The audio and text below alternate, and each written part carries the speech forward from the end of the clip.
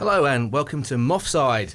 This week I'm joined by Leds, of course, who's in here as always. How's it going, Leds? Good, Stu. How are you? Great, thanks. Holly's here as well. How are you, Holly? Good, thank you. How are you? And of course, this week our guest needs no introduction. But I'll give him one anyway. Leds, last week, who did you mention would be the trickiest person for our Kiwi viewers to understand on the radio? It was Santi. I'm not even going to try and pronounce the second name. Quilavaven? Yeah, that's nowhere near. Nowhere near. So, of course, we had to get Santi in as our guest this week. Absolutely. It wouldn't be Moffside if we didn't do it, make it hard on ourselves. Exactly. So, Santi, how are you? I'm good. How are you? Great, thanks. Yep. So, you've been in the Southern United team now for since the pre-season?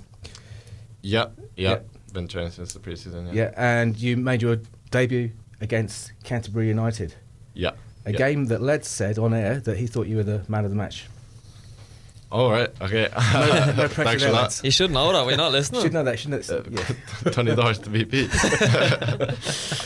BP. All good stuff. Hey, so Holly, last week you put out the link to the Give a Little page, and within minutes we literally had $300 coming in. So I need to say a quick thank you to all the sponsors who've sponsored Moffside in the last week. So thanks to Coombs, thanks to Nick, thanks to Lasty. Big thanks out also to Darren and Meg, who says that she likes the show, but she never watches it because she doesn't really like that kind of thing. So we need more of those kind of sponsors. If you like the idea of Moffside but can't be bothered to watch it, still sponsor us, that's fine. That's interesting. Yeah, we'll take the money. And a big shout out to a Mystery Anonymous sponsor. Yeah. You're welcome, Stu. No, I'm only listening. Big anonymous sponsor, and I was just thinking, like, well, who benefits from, being an anonymous sponsor? And I'm thinking, well, it's possibly the National League player who this show has given the biggest profile to. So, Gavin Hoy, thanks for the money, mate, and we'll keep plugging you, and hopefully you'll be in the Instat Team of the Week for the fourth week running now that you've got that again. Yeah, got your mention on Moffside. Yeah. So let's have a little roundup of the week. Okay, so Futsal are back in this weekend, and that will be their last big playoff with the potential to go into the championship at the end. Okay, so they're still in it. They're fourth placed. They'll be playing the top side, and there's still the potential to go in there. I spoke to Darren quickly last night as we were both at Futsal watching our sons play football. Futsal. He's quietly confident, and the lads are still feeling quite confident as well. There's a couple of players who haven't been able to make it into the squad with injuries and stuff like that, but that's the kind of usual kind of thing at this time of year. So they potentially play 6 games, is it? Yeah. This weekend? Yeah. If everything goes well. If everything goes well. Yeah, 4 definitely. Right. Potentially. Semis and a final. Yeah. And the women, of course. The women, again, last weekend, a 2-0 loss to Northern. I had a bit of a chat as well, again, informally with sources that tell me that the women were they felt quite disappointed. They felt that they could have actually won that game, and the 2-0 is a bit of a flattering result for Northern. They felt that they were in a touch of coming away with a result there, but unfortunately that means that they're now out of the running as well. Pretty much, yeah. Lane hit the crossbar as well, apparently, in that game. So there was quite a few run in the games where they were just inches out of getting a goal back or finding an equaliser. So it sounds like it was a little bit of a tough one to take, but they're ready for this weekend. Such is football. So, such is football. Yeah, which brings us to the men's result from the weekend. Disappointing? Yeah, definitely disappointing. I think all 4 goals were more errors than them having bits of magic. So yeah, disappointing. I think we had spells of the game. Did you watch the game? Yeah, we had spells of the game where we were on top, like possession wise, and kept the ball really well, and then it was just kind of our end product. I don't think anybody on the pitch had a great day end product wise, like myself included. It was kind of that final piece that let us down a bit, and as I said after the game, like, they were the complete opposite. Any sniff of a chance they got, they took it. They took it, and they had real quality up there. Yeah, it's funny how that happens sometimes, because that's exactly what I was going to say. I could sum it up by saying that we had our chances, but we just didn't take our chances, and they took theirs. And sometimes that's the way it goes. But then, is that, what is that down to? Is that down to luck, or is that down to confidence, or is that down to, like you said last week about with Lasty, the Eastern Suburbs are a team you haven't beaten yet? Is there some maybe psychological block where you just find it that little bit harder Does that come into play? To be honest, I don't think so. Going into the game, I don't know, I could just speak for myself here, but felt quite confident that we could go and get a good result and put a good performance in. Psychologically, maybe they are, as you said, one team that since I've been here that we haven't managed to pick up a point against. The other, I don't know, the other side of the coin is that they're just a quality side. Obviously, they won the National League last year, and I know a lot of players left, but they have kind of kept a good few around, and then they've brought in players like Stephen Hoyle. Well, I was going to say Stephen Hoyle, he's not going to miss. Yeah, and Bueno as well. Like two of the best strikers in the league playing up top together is always going to cause people difficulties. But yeah, it's just a disappointing one. As I said, it was more errors, I think. But yeah, we've spoke about it this week that we need to get back a little bit to the Surrey United of the last 2 seasons, where like number one was hard to break down and hard to play against, and then go from there. This year it's been more, because obviously we've got a bit more attacking flair this season than previous, and maybe that's taken away a little bit from our defensive duty. So we need to just get back to what we do best, really, and go from there. But I think that's really important as well, especially now that the league is getting a little bit more open, because already, even after round 3, we're starting to see more draws than we would normally see. So there aren't that many 3-point extensions. That's the good thing.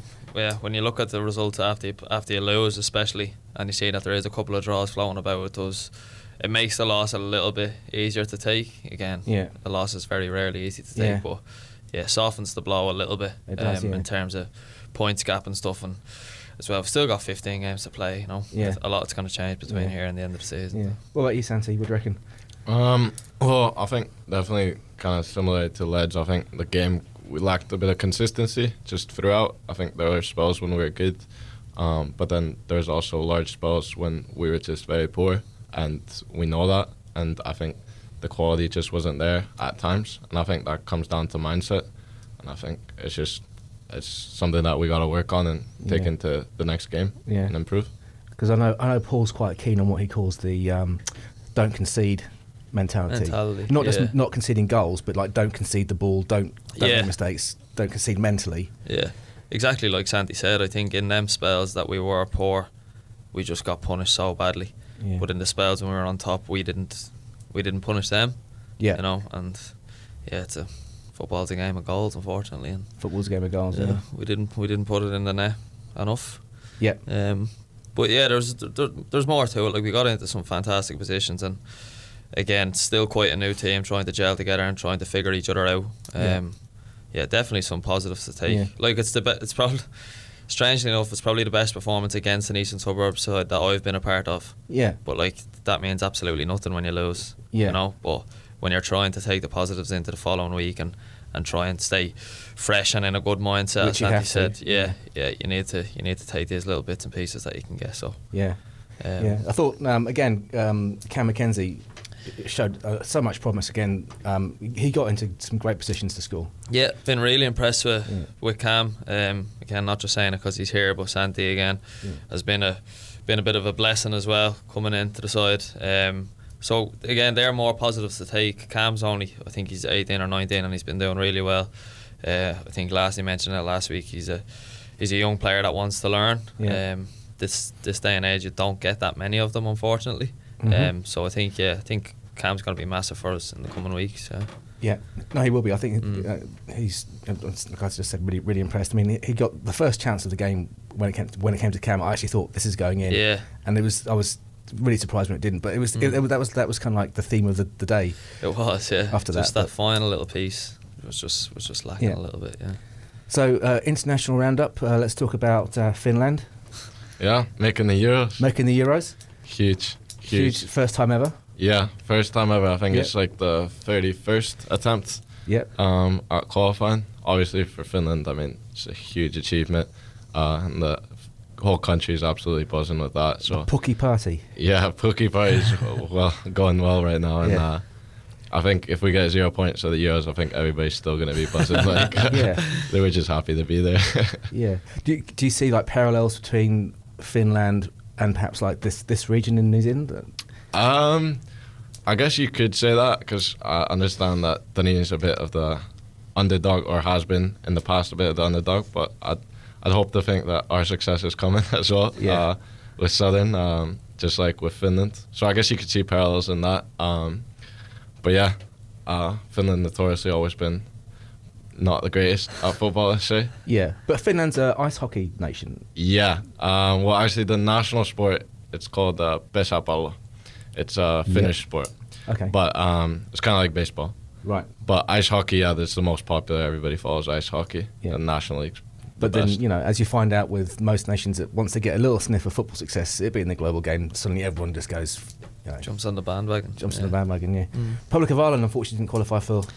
No, the dream isn't over yet. Yeah. They've made the playoffs. I think they play against Slovakia in the semi-finals of the playoffs. But yeah, it was just a little bit disappointing. Like the game against New Zealand, obviously, as I said to you last week, they tried a few new things and gave some players a chance who in the game I thought done quite well. But yeah, I suppose it's a lot different playing a friendly against New Zealand and trying to qualify for the Euros against a strong Denmark team. Yeah. But yeah, it was kind of the same old story. Not much creativity happening on the pitch. And wasn't as bad as the last time they played Denmark. No, it wasn't. It wasn't, thankfully. The goal they conceded was could have well been avoided as well. Yeah. It was just a bit of a switch off at the back. But yeah, but he made up for it by yeah, he went and scored then himself. Yeah. Matt Doherty, but yeah, still slightly confident that they'll sneak through the playoffs. I think it's Slovakia and then the other one is Bosnia and Northern Ireland. Yeah. So if it was Republic against Northern Ireland in a qualifier to get to the Euros, the country would absolutely go nuts. Yeah. Would be, yeah. So it'd be interesting. It'd be nice to get that game, But Northern Ireland are quite strong as well. Michael O'Neill in charge there has done an unbelievable job. So yeah, and he's only in the role part time as well, isn't he? He's still at Stoke. Yeah, he just got appointed at Stoke, which is a great move. He coached in Ireland, in the National League in Ireland, for a while. Was really successful with Shamrock Rovers, and he's just got the Stoke job now. But yeah, we'll see. And Wales again, they had a Giggsy. Yeah, they snuck through again. It'd be interesting to see how they go. They've got a good team, team on paper. Yeah. I was laughing. Did you see the Gareth Bale picture with the flag? Oh no, I didn't know. So I think a fan or something brought a flag to the game and it said Gareth Bale, Wales, Golf, Madrid in that order. But he held it up at the end of the game when they were celebrating. Yeah, so he'll probably get fined about 4 weeks' wages, but who cares? Well, if you're Gareth Bale, you can afford that. Yeah.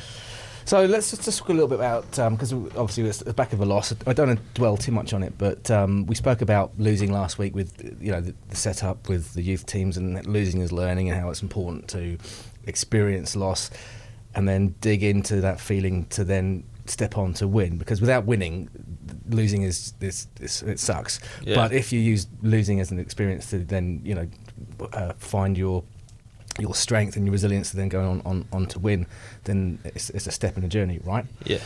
So obviously the football public in Dunedin sometimes is quite hard to keep on side after two on the bounce.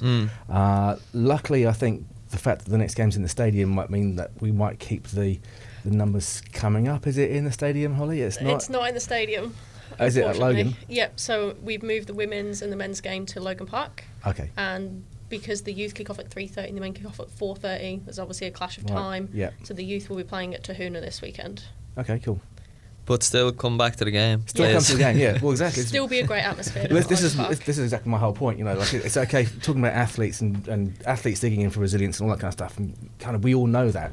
But also I'm now appealing to the fans to also individually find your resilience and dig in and still come back to the games and still keep supporting Southern United, because the team and the club needs us just as much as it needs the Santis and the Leds to come along and support the team. Because if you guys suddenly look up and find that the bank is empty and there's no one following anymore, then that then just drains some of that strength out of your absolutely legs. Yeah, completely agree. I think the game on Saturday, for so many people to be at it in the conditions, was great to see. But it does. It lifts you a lot. Like, you know, when there's a bit of atmosphere and, you know, you've got a crowd behind you, and you really have to try and make home, like, your home games, like, use that advantage. Yeah.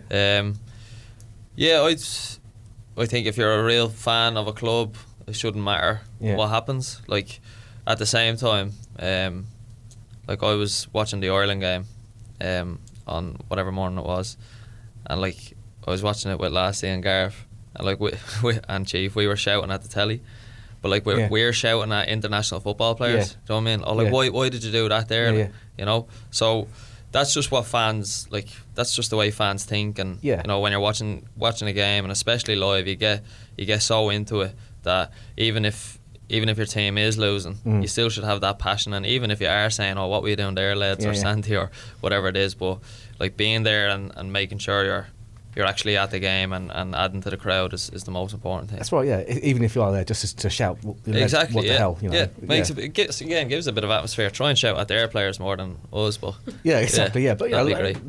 We all have our ups and downs in life, and we all have our little losses and our little wins and our big wins and our big losses and stuff. So football's one of those things where I always say it's like a metaphor, and you project your own, you know, feelings onto the game, you know, from what you've had in your week. If you've had a rubbish week, you might find that, you know, you really, really, really want your team to do well. Yeah. And if they don't do well, then that's another thing that adds onto your rubbish week. Yeah, absolutely. Yeah, you're hoping for a little bit of saving grace after. Yeah, exactly. Yeah, after a bad week. Yeah. And the scary thing about the football is that you put it in other people's hands. You know? So you're a little bit powerless, and you're on the sidelines. Exactly. Yeah. Hoping for some kind of success. Yeah, I completely agree. I mean, even if you come down to the game just to shout abuse at the players, like, it's better than not coming down at all, honestly. Yeah, exactly. Brings a bit of energy, like Led said, to the game, and brings a little bit extra to it. So it obviously means a lot when you look up to the bank and you see lots of people there. And like Led said, even last week in the rain, like, seeing people coming out and standing in the pouring rain to watch you and your teammates play, I mean, it means a lot. So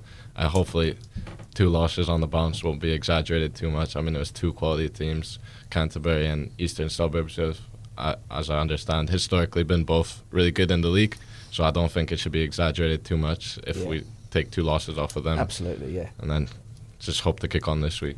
Great stuff. I was really pleased to hear as well that the Josh Santi chant has taken off as well. Yeah, heard that again. Yeah. Keep it going, everyone. That's Josh Santi. And I'm sure I've still mispronounced his name. So this is the time of the week then that we're going to now ask Leds to get out his medium fire round. Now, Santi, have to warn you, it's a medium fire round, not a slow fire round. Okay? Right. The questions will come medium and fast. Yeah, I've decided to mix it up this week. Oh, cool. Yeah, mix it up, keep the body guessing. So we're going to do a teammates version of the medium fire round. Ooh. Alright, so I'm going to ask you questions about the team, and you just give me your answer. Right. It can be one word, or you can elaborate, up to you. But we've got a couple. Good one. Alright? Yeah, go on. Right, first, best trainer. Best trainer. I think that one needs to go to Chief. I think Chief's always on it. I know as a captain should be, like, he's always focused, and in a game he's not really switched off, and he's always trying his hardest. You see him being the first one sprinting back, doing doggies for the team, so I think he definitely needs to be the best trainer for me. Very good. Could have the 2 of the same answers in a row here. Next question, biggest moaner.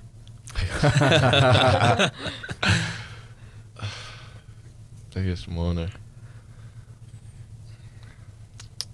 That's a difficult one, actually. I think you need to be up there, Les. I was afraid of this, to be honest. Maybe that's just because I play alongside you, but hear your voice the loudest. Don't think there's too many moaners on our team, to be honest, so I guess I'll just chuck you in there. Cheers for that. There's the bus. Again, could be 2 answers the same in a row. Slowest player. We'll exclude the keepers. I think you gotta go one of the centre backs. I don't think there's anyone slower than the 2 centre backs. But I just don't know who's slower last year, Eric. I reckon Lasty takes it. Oh, wow. I would have said Panther as well. Yeah. Controversial one. Need to see a race. Yeah, I think let's arrange that then. Stephen Norlis. Okay, next one. Now, the obvious answer is the person sitting in this room, so I'm going to exclude myself from this next question, right? Most attractive. Most attractive. I think Gar's a good looking guy. Oh, don't say Gar. We'll never hear the end of it in the office. Right, I won't say Gar's in. I think Jordo Spino is a real good looking guy. He's definitely up there.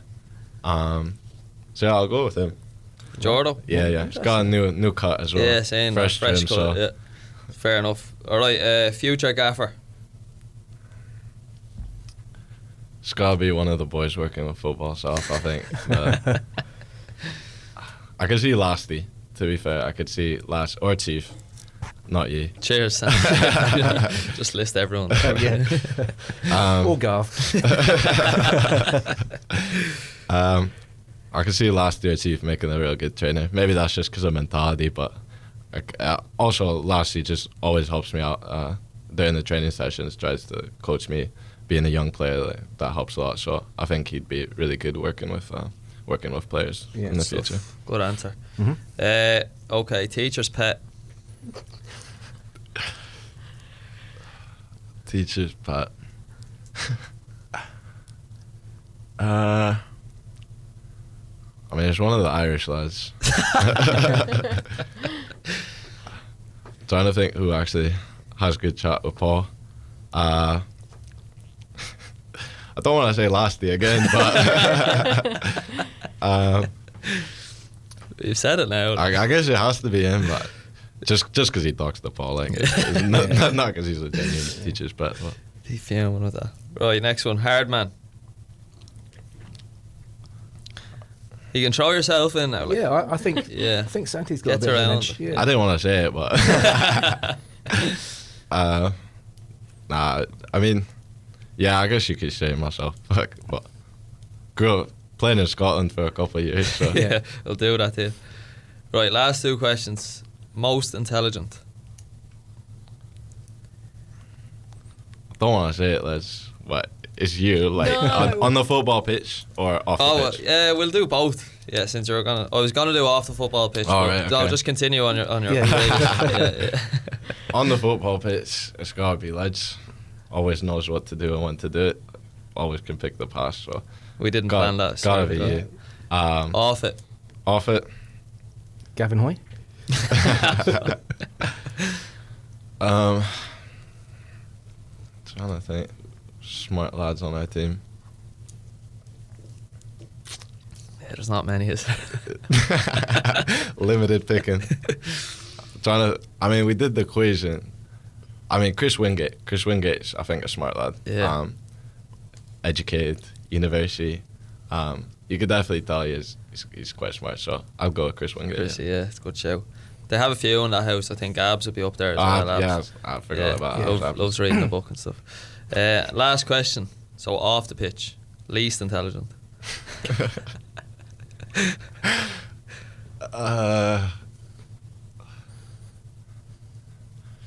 I think just because I bigged him up earlier, I have to take him back down, Gareth. He'll be fuming with that. Yeah, he fancies himself as an intelligent bloke as well. So. Yeah, well, Gav and I did win the Christmas quiz. That was last all year. you, Stu. Yeah. That was all you. Yeah, don't let him take that. So going with Gareth there, yeah? Yeah, go on. Right. Brilliant, that's it.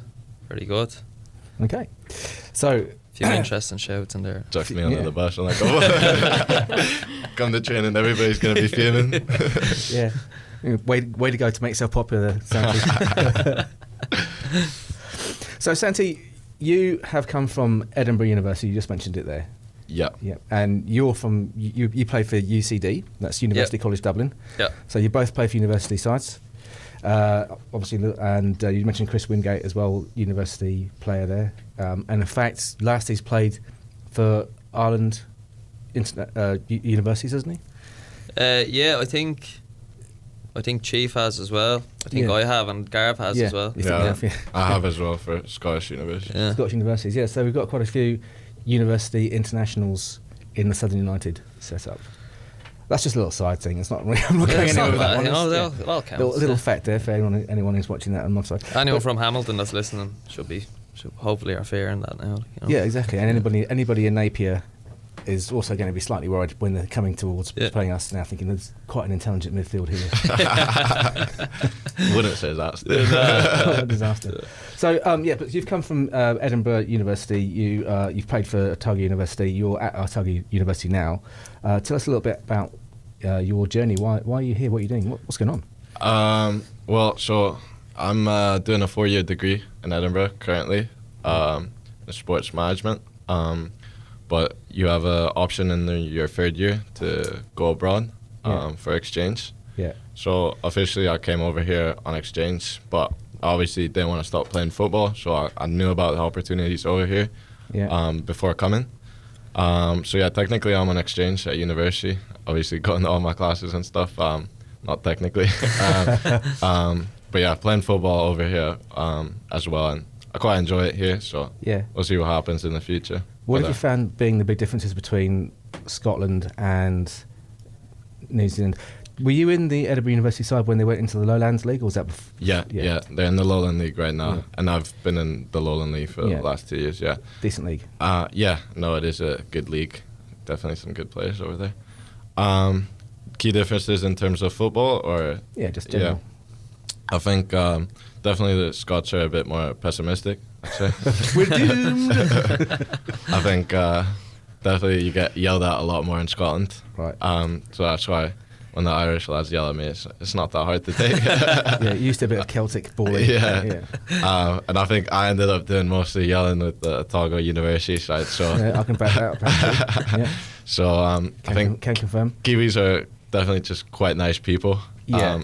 I'm not saying the Scottish aren't, but they'll just maybe project a lot more negativity during play.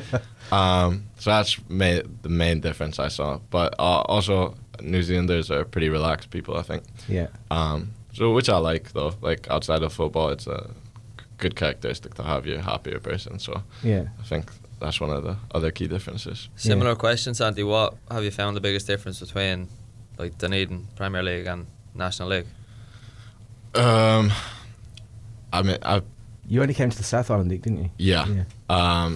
But from the South Island League and the National League, I think I'd have to say that when you make a mistake, it's definitely noticed. Like, not saying a bad pass back, but you take a wrong step in a direction, you'll get punished for it. Someone's going through, or someone's turning on you, or you're leaving some gap open, and someone will exploit that. So I think there's just, in the National League, there's the quality for someone to exploit smaller mistakes at all times. So you just have to be switched on mentally, literally every second of the game. So I think that's the main difference for me.